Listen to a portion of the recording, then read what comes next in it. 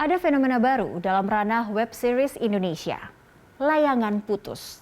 Serial web yang bercerita tentang perselingkuhan itu memecahkan rekor dalam hal jumlah penonton harian. Sebesar apa dampak booming Layangan Putus terhadap rumah produksi MD Entertainment?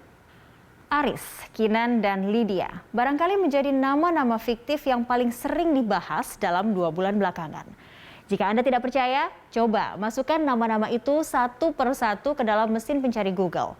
Anda akan mendapati top stories yang muncul adalah berita-berita mengenai Layangan Putus.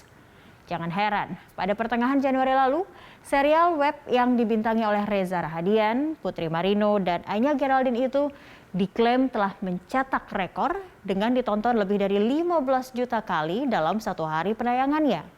Serial yang tayang di platform layanan video WeTV itu juga menduduki posisi top trending selama berminggu-minggu. Bahkan, rumah produksi MD Entertainment juga sempat mengklaim Layangan Putus jadi salah satu serial di WeTV yang masuk 10 besar trending penayangan di 25 negara. Selain di Indonesia, Layangan Putus trending 1 di Malaysia, Singapura, Australia, Hong Kong, Jepang, Amerika Serikat, serta negara-negara Eropa. Tayang perdana pada 26 November 2021, serial yang diadaptasi dari curhatan media sosial seseorang dengan nama pena Mami ASF itu total berjumlah 10 episode. Setiap episode terbagi menjadi 2 bagian, A dan B. Durasi tiap bagian bervariasi, antara 25 sampai 42 menit. Pengguna VIP WeTV punya kemewahan untuk menonton 2 bagian lebih awal dibandingkan mereka yang tidak berlangganan. Selain itu, para pengguna VIP tidak perlu terusik oleh iklan-iklan produk yang muncul di sembarang tempat sepanjang tayangan. Cara berjualan seperti WeTV ini sebenarnya sudah cukup demokratis. Penonton diberi pilihan, berlangganan, dan menonton tanpa terganggu iklan. Atau silakan saja terus gratisan, tapi jangan mengeluh ketika dibombardir AdSense. Yang manapun pilihan penonton, tidak ada yang dirugikan. Apalagi sebuah survei yang dilakukan oleh The Trade Desk dan Kantar mencatat 95% orang rela menonton iklan demi menyaksikan konten layanan streaming atau OTT secara gratis. Dan kabar baiknya, kini lebih dari 66 juta penonton Indonesia rata-rata menyaksikan 3 miliar jam konten OTT setiap bulannya. Ini berarti satu hal, para pemain bisnis video on demand atau over the top, terutama di Indonesia, kini mendapat jatah kue iklan yang sangat besar. Belum lagi product placement yang dilakukan oleh sebuah merek mobil asal Jepang pada hampir semua episodenya. Di mana Kinan dan Lydia sama-sama mengendarai mobil dengan merek yang sama, hanya saja berbeda tipe dan warna. Sebuah penempatan produk yang halus dan tidak mengganggu alur maupun logika cerita. Setelah belasan tahun jadi raja sinetron di stasiun-stasiun televisi, kini rumah produksi MD Entertainment tampak siap tampil habis-habisan di lini konten digital. Apalagi sejak Tencent, raksasa teknologi Tiongkok yang merupakan pemilik WeTV, menjadi pemegang saham minoritas atau sekitar 14,62% di PT MD Pictures Tbk menjelang akhir tahun lalu. Sejak tahun 2020, MD Pictures memang sudah mulai mendistribusikan serial-serial web garapan mereka melalui WeTV. Sebelum Layangan Putus, sudah ada judul-judul serial lain seperti Malapetaka, My Lecturer, My Husband, Kisah untuk Gary, dan Antares.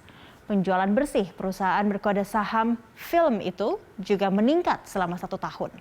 Hingga akhir kuartal 3 tahun 2021, film telah meraup penjualan bersih sebesar 183 miliar rupiah.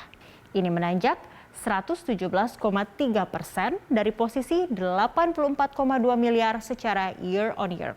Dan 183 miliar tadi, segmen distribusi digital menjadi penyumbang terbesar dengan total porsi pemasukan mencapai 85,7% atau 157 miliar rupiah. Pertumbuhannya mencapai 279,4% dibandingkan periode yang sama pada tahun sebelumnya. MD Pictures tak hanya mendistribusikan konten digital ke WeTV, melainkan juga ke platform lain seperti Netflix, Video, Maxstream, hingga Disney Hotstar. Muhammad Faras, analis dari Samuel Sekuritas Indonesia, memperkirakan MD Pictures bisa memproduksi hingga 24 judul serial hingga tahun 2024 mendatang. Dari situ diperkirakan MD Pictures dapat membukukan pendapatan hingga 340 miliar rupiah pada akhir tahun ini. Tumbuh sekitar 39% dari pendapatan akhir tahun lalu yang diperkirakan menyentuh 244 miliar rupiah. Sementara dari sisi laba, film diperkirakan bisa menangguk hingga 79 miliar rupiah pada akhir tahun 2022, naik hampir 80% dibanding tahun lalu. Bicara soal kontennya sendiri, apa sebenarnya yang istimewa dari serial Layangan Putus sehingga bisa meraup sukses besar? Bukankah tema perselingkuhan sudah sangat sering diangkat ke sinetron-sinetron di televisi?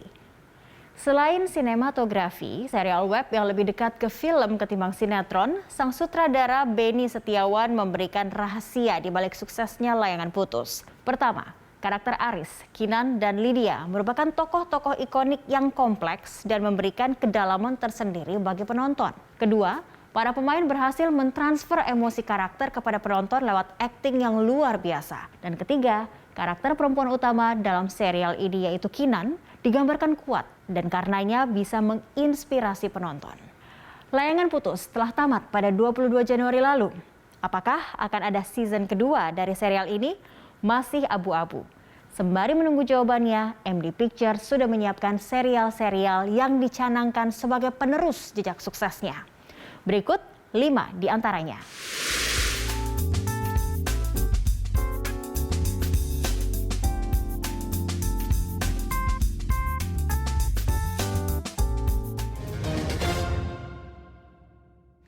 Demikian Fakta Data kali ini, saya Cakri Miller pamit. Terima kasih atas kebersamaan Anda.